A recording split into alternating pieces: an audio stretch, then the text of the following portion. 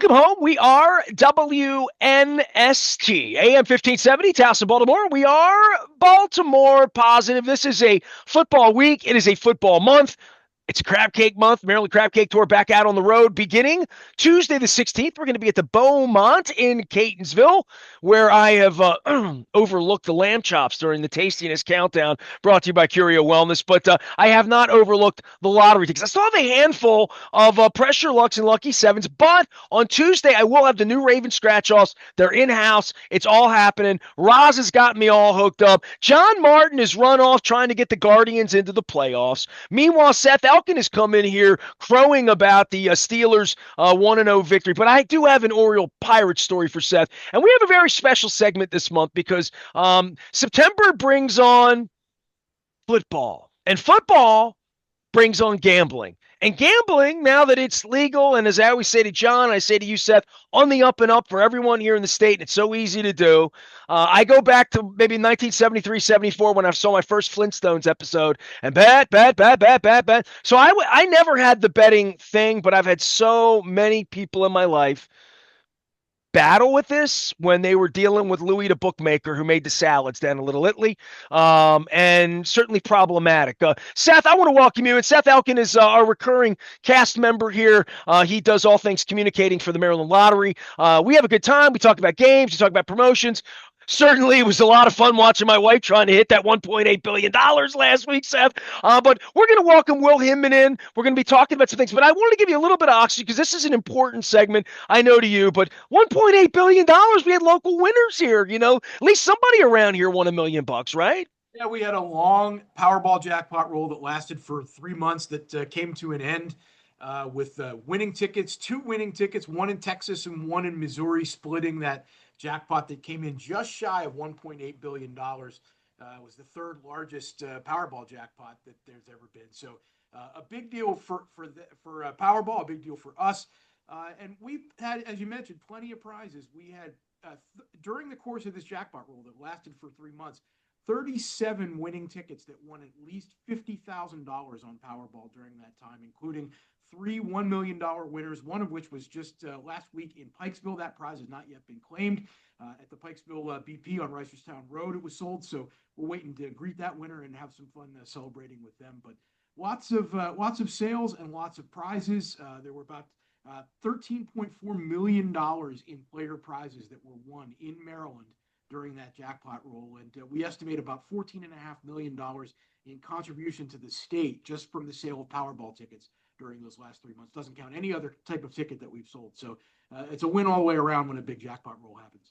Well, I want to welcome Will Hinman into the conversation here with Seth Elkin from the Maryland Lottery. September is Responsible Gaming Education Month. Big mouthful of things. Just to say that, you know, everybody knows somebody who has had a problem or was gambling a lot long before all of this became available on an app with all sorts of propositions and prepositions and percentages to win, all of which were broken on the opening game where the Ravens played the Buffalo Bills, where I can't imagine having money on it. My heart was involved in it, and everybody else. I'm around here doing purple therapy on Monday morning. Seth, talk about this, what you do every September, and we're only a couple of years into this, and I've been doing sports radio 35 years here, right? And I did point spreads, pick'ems. I did it on national radio. I did a television show with Buddy Ryan and Lawrence Taylor many years ago where pigskins and point spreads were a thing. But from the Maryland Lottery's perspective, this is very, very new. Online wagering in this country is new. I remember when the Costa Ricans were always trying to call me, get me to do ads that would cost me my FCC license many years ago. But from the state's perspective and taking care of people who have problems, this is where we step in right here, right now, after a bad beat in week 1, although the Steelers won on your behalf, that we step in and we talk about being really responsible about this and being grown-ups about this, right? Yeah, as you mentioned, September is designated as Responsible Gaming Education Month. It's a program that's sponsored by the American Gaming Association, which is the trade organization that represents casinos and sports betting operators. And it's intended to be an educational opportunity, which is something that we've embraced year-round around here. We certainly shine a light on it right now because of RG Education Month, but It's something that we're always emphasizing in all of our interactions with players. We want people to understand the nature of the games they're playing, understand the rules, understand the odds. It's always a lot more fun. Any kind of game that you're playing, even if it's a board game, you're going to have a lot more fun if you understand how it works and understand the potential harms that can happen when you gamble. And that's where Will comes in. As you mentioned, Will Hinman is one of the five peer counselors at the Maryland Center of Excellence on Problem Gambling. And he and a couple other members of the team there came in a number of months ago and did a presentation for our communications team to talk to us about these issues and educate us about things that we can be maintaining an awareness of as we're talking to people, and a really valuable opportunity for us. And Will and the other four counselors are providing a tremendous resource for the state. So it's a great opportunity to have him on it and have him provide some insights about the things that they are hearing and the things that they can impart to people from an educational perspective. So I'm really glad that he was able to join us today. Well, I love this, and I would do this over crab cake with you at the Beaumont if you wish, in future, will, because it's an ongoing issue, and it's sort of like my colonoscopy segments with GBMC. It's an ongoing issue for dudes. You need to keep the awareness out there for people. But I'll say this: I'm not a gambler. People that listen to me know, but I know a lot of people. I took a lot of phone calls from a lot of people that, and when I met you, even before we came on, we're talking about the football game this week and how crazy the ending was. And I've said to John Martin over the last couple of years, and Seth as well, and Carol before that, hey, you call this 800 line, what do you get? You know what I mean? I sometimes I have a hard time getting a hotel reservation or calling an 800 line to think that I'm going to get on put on hold to get whatever, right? We get someone like you, don't we, Will Hinman? Exactly. Like Seth said, I'm Will Hinman. I'm the peer supervisor at the Maryland Center of Excellence on Problem Gambling. We currently have four peers. We actually just lost our fifth peer. He retired, so we are looking to hire actually two peers. If anybody has 2 years in recovery, lived experience in recovery from disorder gambling, they're welcome to reach out to us because we are hiring two more peers. But we are all people with lived experience in recovery from a gambling disorder. I started gambling at around the age of 19, 20 years old. I was a student at the University of Maryland, got introduced to my first bookie. I took my first trip to the casino at 21 years old. If you could place a wager on it, I would put money on it. Like the way I looked at it back then, if you didn't have money on the line, like what's the point in doing it? You know what I mean? I knew 100 guys like you, brother. I mean, I'm the sports guy. I was in every sports bar. I was on buses back and forth, Mhm. hearing the chatter, taking the phone calls, and I was always like, Marvin Lewis, whom I've been communicating with regularly lately because we've just been friends forever, taught me football in 1996. He took me in to try to teach me. We were trying to teach Raven fans to not cheer on offense. Like literally, we had a new team, and you sound like you're a local guy. Maybe you remember all this when the Ravens came to town. And Marvin would watch film with me every Friday, and with Jim Schwartz, who was his assistant, who went on to do his own thing. He's going to try to beat the Ravens this week. And they would have the film up on the old projectors and the old pull down the thing that's literally 1996, and we'd watch games, and I remember him vividly. The 1996 Ravens were they would either they'd score 40 but they'd give up 50. They had no defense, and they had all sorts of turnovers, of slinging. Vinny's throwing the balls up in the air, and it was a play where like Stephon Moore, the ball just moves. It's like a football follies move, and the ball moved and the ball bounced and the ball bounced, and Marvin looked at me. He's like, I can't believe people bet on this. He's like, it's just like, I don't know what's going to happen. And I coach these guys every day. And I wouldn't bet on it because I have no idea whether they're going to win or lose week to week. And once I heard that 30 years later and having been around the game in that way, I've met so many regular people who think I got an edge. I know something. I called this guy the 800 number with the stuff in his hair back in the USA Today in the 90s. And I remember all of that. And it's just been something really foreign to me until someone has a problem, until it wrecks their life, it wrecks their marriage, wrecks their employment status with me.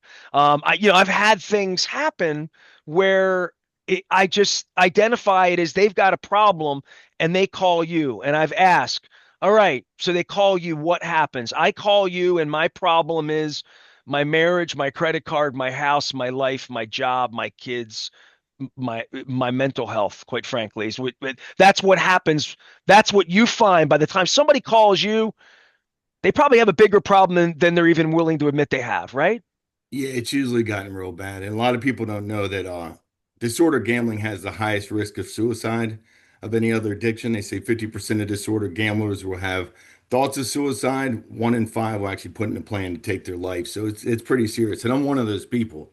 At the end of my run, I had a plan in place to take my life. Casino gambling is what took me down. There was a casino 13 minutes from my house. I was struggling with alcoholism, separated from my wife, and I turned gambling into an escape, which turned to a complete disaster. Which is why we tell people not to gamble if they may be at high risk, struggling with loneliness, grief or loss, substance use, mental health, or if they're, going through a major life transition or, struggling financially. Don't gamble. Don't turn to gambling as a solution. Gambling's not intended to be a solution. It's intended to be a form of entertainment. And that's all we stress. We don't oppose gambling at the center. We just want to make sure people are keeping it fun and safe and that they know that their resources are available should it become a problem. But yes, if they call the 1-800 Gambler helpline number, they stabilize the person. First thing they ask them is whether they're suicidal.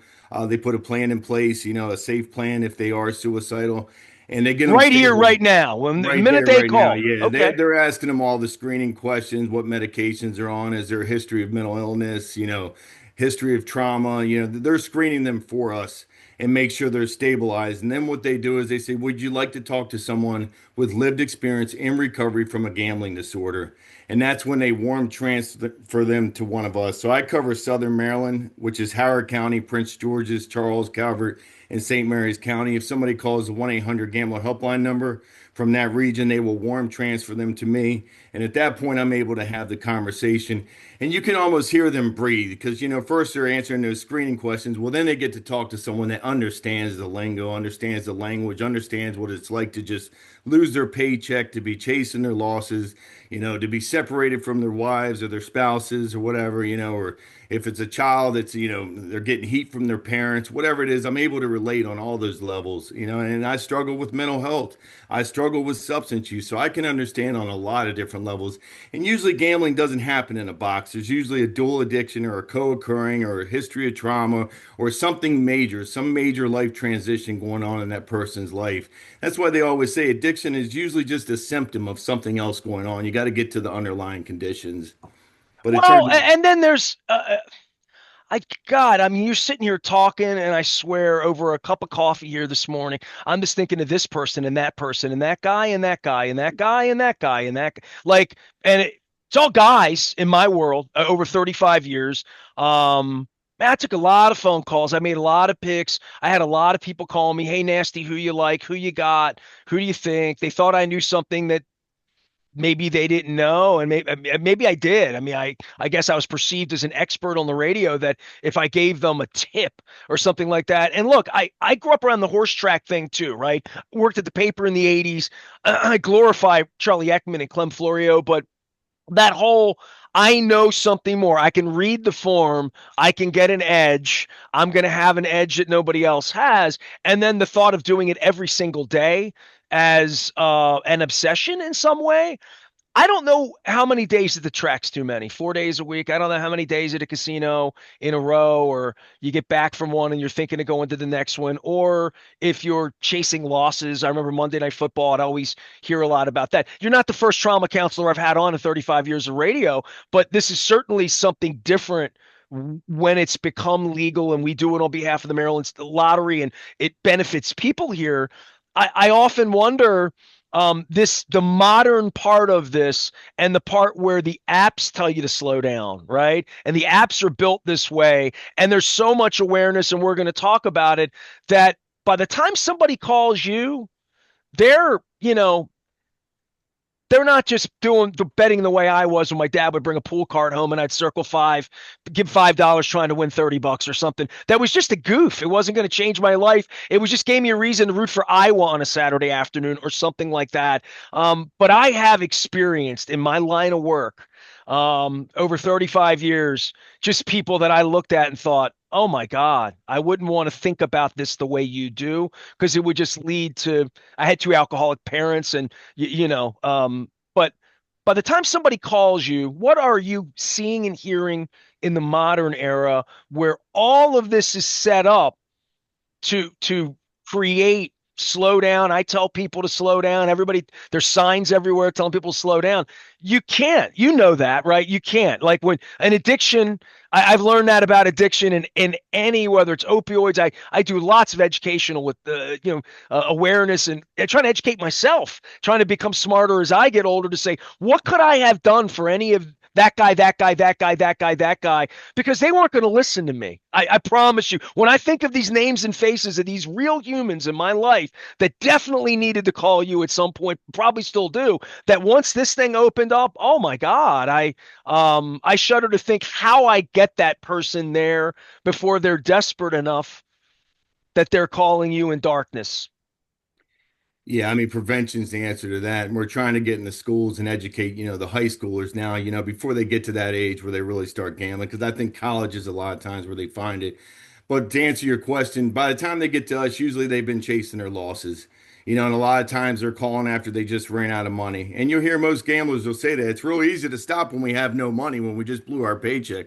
But what happens 2 weeks later when we get that next paycheck and we're behind on our bills?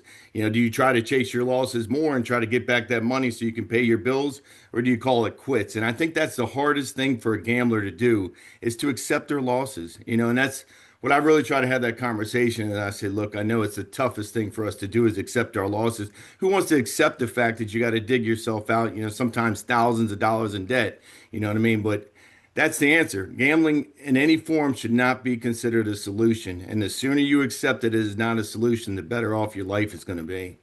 What kind of Will, I calls? want to Go, follow go, up go on ahead, something. Seth. I'm sorry. I was going Apologies. to actually follow up on something that you said, Nestor, where you're talking about people that you know that you have relationships with in your life who needed to make that call, and you don't. I think one of the most difficult things is a lot of people probably are in that situation and they don't know how to help that person that they know may be struggling. And I wonder, Will, if you've got insights, because I'm sure you're getting calls. I know, in fact, I've heard from you that you're getting calls from parents Yes. of young people, of college students. How do, and even if it's not a college student, when you get a call from somebody who's trying to help someone in their life, what guidance do you have for them? Because I imagine getting that conversation started has got to be one of the most complicated things. If you go about it the wrong way, they're going to dig in their heels, and it's going to be counterproductive, isn't it? What do Yeah. you say to those people? Thank you so much for mentioning that, Seth, because I wanted to talk about the parents too. And a lot of times it is the parents these days reaching out, and they're, it's usually moms a lot of times because they want to fix it. And it's usually young adult males that they're trying to fix, and they think they can fix the problem, but they have to first of all accept the fact that a gambling addiction is just like a drug addiction. Once we lose the ability to control it, I mean, it is a cunning and baffling addiction. So accept that fact. A lot of people get angry with the gambler thinking you can just stop. Why don't you just stop? Can somebody just stop doing drugs or drinking alcohol when they're, in the grasp of the addiction? It's the same thing with gambling. Once we've lost the ability to stop and once we're chasing those losses, it gets really, really ugly. And a lot of times it's way worse behind the scenes than we're admitting. We're concealing the losses. We're trying to hide them. We're trying to finagle any way to get money to try to win back those losses. And, we don't want to tell people. We don't want to be honest with it. And I think that's what makes gambling addiction so dangerous, too, is it's much easier to conceal than a drug addiction or an alcohol addiction because we're not slurring our words. We're not stumbling. So a lot of times there's no physical signs. You know something's going on, but you just don't know what. And I think that's why it's got such a high risk of suicide, too. Well, by the way, Will Hinman's here. Seth Elkin is here from the Maryland Lottery. Seth is a recurring cast figure here, and we always talk lottery issues and serious issues. And Will's over at the University of Maryland. I'm gonna give him a chance to give the number. We talk, we 1-800 Gamble. We give the number all the time, but I wanted to say this because I've been out with a lot of people with alcohol issues. I was Bud Light sponsored and Coors Light sponsored, Miller Light sponsored, and I'll be at Union Brewing this week with the 75 Colts, just to let everybody know that I'm still old school. I'll just say this: I'm in a bar. Somebody's had 4 drinks, 5 drinks. They're getting off the rail. They're going to have a hangover. They're doing stuff they shouldn't, saying stuff they shouldn't. I'm that guy now at 56 that would be the guy and probably always was say, hey man, get a glass of water, slow your roll a little bit. I can see it, I can feel it. It's a little, hey, it's 10 o'clock, man. We get, you driving, all of those sort of things that protect friends, right? When you're out. And even when you're in Ocean City and you're walking back, I'm just sort of like, hey man, gotta get up tomorrow with the kids or whatever it is, slowing people down. The gambling thing for me, I have to pause for a minute because I'm thinking of these humans. They're all real humans to me. They're people I knew. I don't necessarily know them all at this point anymore. But like I wouldn't even know where to have started as a friend, as a a boss or a potential boss or a potential client. I had a lot of clients. My God, I had clients that, were advertisers here and their whole jam was it's all they talked to me about was gambling. And that kind of tells me like we got a lot of things we can talk about in life, about the Ravens especially too. I talk about offense, defense, especially, but when you come up to me and the premise to talk to me is about gambling, I'm assuming you're doing a whole lot more than I'm doing, which is still none on football. So, but I didn't know where to even begin.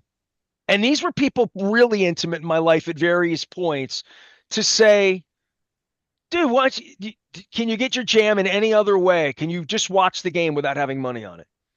And most of the time, the answer to that was no. I mean, like literally. Now, do I call that an addiction? What do I call that? And how do I present to a grown ass man, when I say to him, hey, dude, put $100 on the Indiana Pacers tonight? It's Tuesday, and you're doing this 3 times a week. Yeah, man, I'm, professional gambler. Whatever they would, I know more. I know you know a lot. Yeah, right. Sure. Right. I don't know where I would touch that across, and I'm 57 now, and even examining it, if it came in the door right now, I tell them to call you because I don't know what I'm doing. Right. That's what I would do. But making them call you is different than telling them to call you. Absolutely. I mean, they have to be ready. And you hit so many, both you and Seth hit so many great points. I used to wake up every single morning, print out my lines, do my research, circle my plays for the day. God, I'd I wait knew till about you. I knew 6:30. you. I knew you. You Uh, know what you wanted to do in life? Do sports radio. yeah, You wanted to send me a resume and get a gig with me. And then I yeah, would meet I probably you. should. I would meet you and you'd have a notebook full of gambling stuff. And I'd say, I can't put you in a locker room. Now, here's the thing, though, You, Seth. you know what I mean? Literally, that's the first thing I'd say. I can't put you in a locker room. No, no, you can't talk to Joe Flacco this week. You just can't. Sorry. But I really did not turn to gambling as a financial solution. Okay. I was an adrenaline junkie. My friends used to call me an adrenaline. I was an action junkie. Okay. I love the action. I love playing the board. I tried for 24 years to find that outside angle, just like you said earlier. What's the biggest win you ever had? Did you win 50 grand in Well, a day, it's 100 funny. The grand a biggest day? win I ever Because had. when you can win like that, because I got horse racing guys like Dick Girardi and like serious people that have been in my life my whole life. Every year I asked him, you're behind, right? And they're like, no, I'm ahead. And these are horse racing guys that have done it for 40 years. And I'm like, but they've hit trifecta to $1.3 million.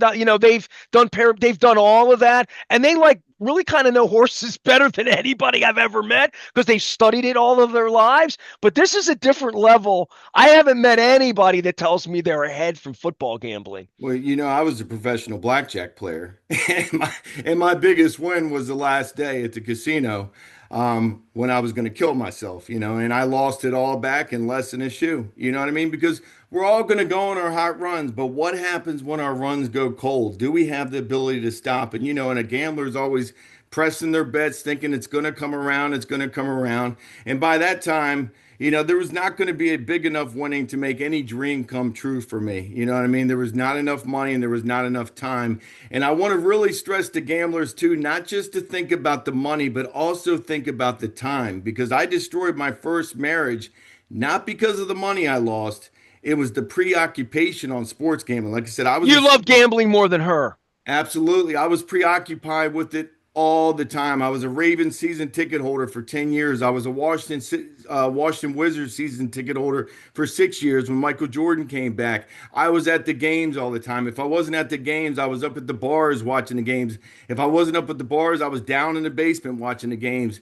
It was like having an affair, basically. Tell me about your life with your bookie. I've never had a bookie. I don't think I've really known a bookie, although I probably have. You know what I mean, through life. But I didn't have a guy. If anybody would have said to me, "I want to make a bet in 1998, 2003, 6, 8," I literally, if the FBI asked me, I literally didn't know that guy. Still don't know that guy. But I'm thinking that guy's got a gun. I mean, I've always thought that, and I always thought like that's not a guy you want to owe $500 to if you don't have it.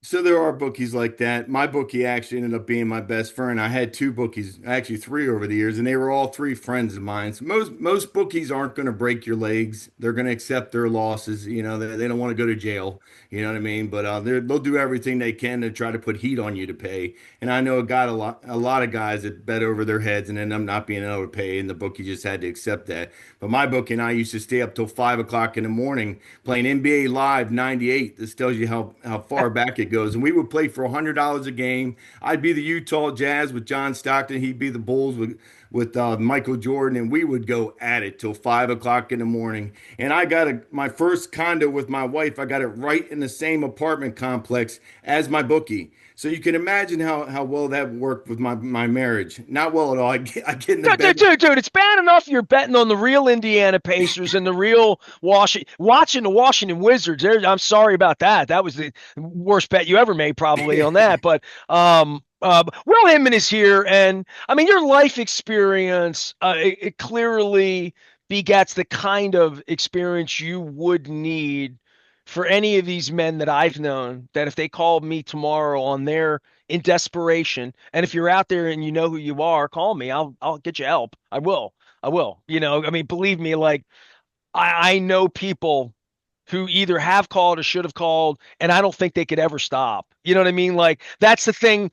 10, 15, 20 years later, these humans, I knew them well enough around me, around sports, and around their habits and what was important to them. You know what I mean? Like it was that important that it was the most important thing that they talked about most of the time. And let me answer yours and Seth's question because I don't feel like I really have. So if you're trying to have the conversation, first of all, listen empathetically. Choose the right time to have the conversation. You probably don't want to talk to them in the middle of the game when they got big money on the line. Talk to them after a loss when they're open to talking. Talk to them empathetically and let them know there's resources available. We are very fortunate to live in a state that is very wealthy in resources for problem gambling. We have no cost treatment in Maryland for any Maryland resident that's negatively impacted by problem gambling. So that includes family members, spouses, parents. So at least we can get them in the hands of a counselor. That they can get the support they need until the gambler's ready to address their gambling problem. And obviously, it's available for the person with the gambling addiction as well. We have peers that work with the family members as well, because like I said, a lot of times it's the families reaching out or the supporter, the person trying to help, a friend like you reaching out first. But let them know there's a lot of resources available. There's no cost treatment. There's lots of support groups now for problem gambling. There's even a young person's meeting, 35 and under preferred meeting. There's two of those available every week for the younger person that's trying to get into Are those recovery. online or the you come to Online. you're online? Okay. It's Zoom, and there's meetings across the state available in person if they prefer in person. There's a women's preferred meeting available. There's a newcomers meeting available. There's all kinds of meetings available depending on, everybody's got their own flavor for recovery, but we introduce them to all the options. So there's a lot of, and there's, if they need financial resources or they're behind on their taxes, or if they're about to get, evicted from their apartments or their mortgages, getting foreclosed on, we'll introduce them to all the resources we can to help them on the road to recovery so they don't have to turn back to gambling as a solution. The Maryland Center of Excellence for Problem Gambling. Will Hinman is here. Seth Elkin is also riding shotgun here, and I'll bring Seth back into this. Seth, from the lottery's perspective in the state, and where John Martin sits in this chair and you sit in this chair, I remember you were trying to get this out, right? And all the gamblers were yelling because you can do it in this state, you can't do it here. Get it online. The casinos rolled it out. I mean, I've been at this a long, long time trying to just get slot machines in the racetracks. I mean, through all of this, we've been at this 30 years waiting to put it on. When Will says that this state is rich with resources to help, I think that this was sort of every politician's nightmare and anybody that was going to vote for it, yay, nay, in Annapolis, whether they were on the side of righteousness this way or that way. And that could be for any of the vices, be it alcohol, cannabis, any of these things. What's the downside and how are we going to have treatment and how's it going to be set up? And I want to give you some oxygen to talk about it because, like, you've been around the lottery a long time. John's been around there a long time. All this sort of rolled in. And I know this was a big, big part of, yeah, we're going to make money on it. Yeah, it needs to be in the up and up. Yeah, we're going to have operators, and a lot of them are going to have licenses and this, and we're going to have all these. But then there's going to be this part of this. And you guys did not go into this blindly, correct? Yeah, we wanted to make sure that that the treatment component was there, the educational component was there, and there's been a long history, even before sports betting launched, a long history of interaction between the lottery and the Center of Excellence on Problem Gambling. So a lot of cooperation and collaboration that's happened there. In fact, we just earlier this year produced a series of videos that are aimed at shining a light on vulnerable populations. And Will and some of the other peers appeared in those videos. You can find them on the Responsible Play page of the lottery website. They're aimed at raising awareness about how gambling can impact youths and seniors and veterans and rural communities. These four were communities that I think the Center of Excellence identified as areas that they really wanted to target and make sure that the message was getting out, that the help is available. As Will said, there is free counseling available. There's free services available to anyone who's a Maryland resident. So that was something that was always very important to us. And then, of course, the educational component is very important to us as well. We try as best we can when people are contacting us, we're trying to make sure here's where you can go to find the rules. Here's where you can go to understand how these things work. Here's where you can go to find help. Here's where you can go to enroll in the voluntary exclusion program, which is available, something that we run that you can enroll in and use it as a tool to incentivize yourself to ease the amount of gambling that you're doing or to stop gambling. It's not intended to be the one and only tool that people use. It's intended to be a one tool of self-help that's part of a broader package of things that you do if you're trying to gain control over your gambling. But it is something you can do to enroll in self-exclusion, to incentivize yourself to say, hey, I now have a reason to stay away from this because I know I need to slow your roll, as the phrase that you use quite a bit. I think that. Go ahead. Yep. No, I just think that there's a whole package of things and something that we are increasingly paying attention to as time goes on. Will, the word treatment, you know what I mean? Like every drug addict and alcohol addict I've ever known, other than, AA meetings, they go away, they hang out somewhere in a little house in the woods somewhere, and they sit and think about things and they get educated and they dry out, like, right? Um, I think we're all kind of familiar with that treatment in one way or another. We've all had a friend who's had a friend or known someone or even just seen a movie, about what that's about. I don't know about this. Like, I don't know. Okay, so they call and you help them get their taxes and they're not suicidal anymore. The Ravens play the Browns at 1 on Sunday. So the game's on and that's what they do. And that's what they like to do. They don't like walking in the woods. They're not going to find a new hobby. You sound to me like you still watch sports. Hope you don't watch the Wizards anymore for your sake, or the Pirates for you, Seth. But none, except on the nights the when Orioles for that matter. Except on the nights when Skeens is pitching. So, but that, like, I love sports, and my wife came in here in the freaking 11th inning here, I'll hold them both up for you, Seth, just because we can have a little fun here. The Pirates are playing the Orioles, but it wasn't 1979. Let Uncle Nestor tell you a story. We are family. So they're playing. It's the 11th inning. My wife comes in here. It had to have been 10 o'clock at night on Tuesday night. The game's tied, and she's like glued to the set. And they're loading the bases, and Basayo's about to hit his chalk walk off, and like we're watching the game. We don't have money on the game, and I said to my wife, I'm like, You do know these are two serious last place teams in the 11th inning of a September game, but you know what? We like baseball. We like sports, but I don't have money on it or what. Like, I don't even know why I'm watching. It's insignificant and I'm still watching it. And it's because it's what I do. I cannot imagine a life where some of these gentlemen that I knew at one point in my life with notebooks full of every bet they ever made and why they made it and all this meticulous thought that they had an edge that you take that away from them. Tell me what treatment is, because it isn't a little house where you stop the sauce or you stop the needles or drug addiction. That I don't know what treatment even is other than you know uh, you you have to stop associating the sports in that way and maybe associate it to maybe closer to what me and my wife do, which is just the game's on, which is the way it's been my whole life. I hope we win, whoever we are.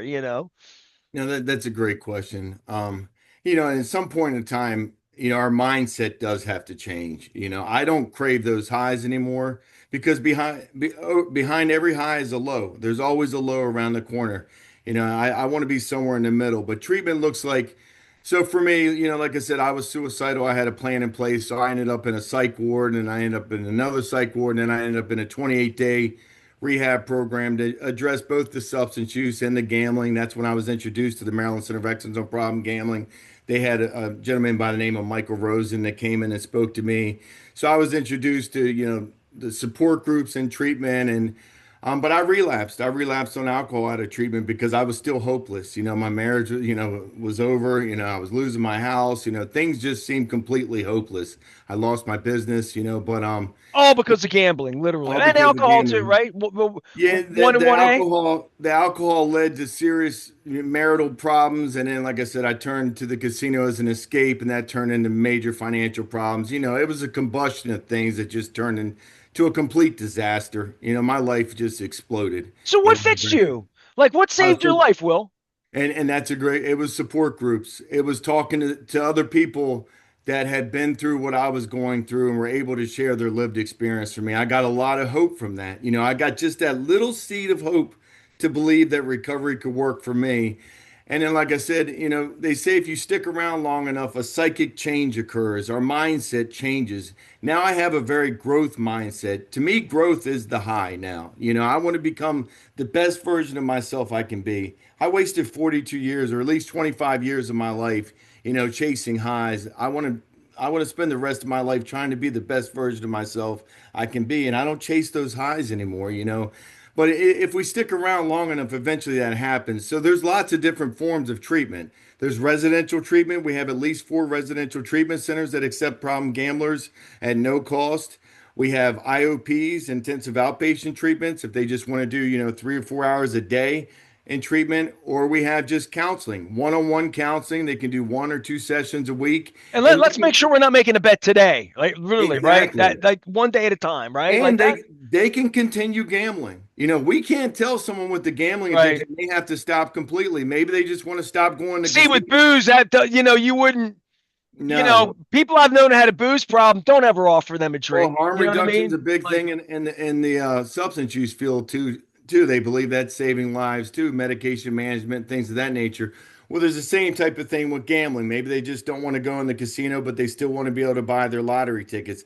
But they have to be careful too, not to jump addictions, because I know people that all of a sudden were, big casino players, and the next thing you know, they had a sports gambling addiction or a big lottery addiction. They're buying scratch offs, but it's up to them. So they can work towards just reducing the amount of harm the gambling is causing, limited the amount of money and the limiting amount of time they're spending on gambling per week, and they can see whether or not they're reaching their goals. And maybe over a period of time they see that they're not able to control it and they can work towards total abstinence, or maybe they do learn to control it. That's up to them. I know I personally can't control it. Once I open up, once I start stimulating that area of my brain, I'm going to want more. Just like if I take a drink, I'm going to want more alcohol. That's the way gambling works for me. But some people can, and that's up to them. They get to choose what their goals are. I gambled this month, Seth. I went out to the Maryland State Fair. I went to Costas, and my wife got bad, bad, bad. She saw the horses. Oh, she loves the ponies. So I bet on Speedy Alex in the ninth because Alex is my cousin. He wasn't so speedy. $5 exact the box, $5 to win. I lost $15. I'm fixed. There you go. I don't need to call 1-800 guy. I don't need any of that. I'm good. And I can watch the games. So, Will, you're watching sports though, right? Like you still love sports. It took me 3 to 4 years to be able to enjoy sports again and entertainment value. You, Because you I didn't you enjoy stopped sports. watching the games to some I degree, just right? had no interest, honestly. Because you couldn't bet on it, you weren't interested in it. I mean, I Okay. had bigger things to worry about. I had to turn my life around, and it took a lot of work getting my life back on track. I was working a lot of hours. I was a single father. But eventually, I found myself just being able to watch the games again, like I did as a kid, for entertainment value, to enjoy the athleticism, and that's a gift. I can turn off a game tonight. I don't have to worry about waking up in the morning and seeing what kind of damage I did to my account. You know what I mean? It's Seth and I really. are Oriole and Pirates fans. We don't need to bet on this to feel bad about it. You know what I mean? Believe me, right? Well, give everybody the number and how to get in touch with you. I'm gonna have class adjourned, but you're gonna have to come out and have a crab cake with me at some point, somewhere along the line. Talk more about this because we're not one and done. You and me. I have a feeling. You and me. So yeah, 1-800-GAMBLER is the national number now, regardless of the state you're in. They can also go to our website, helpmygamblingproblem.org.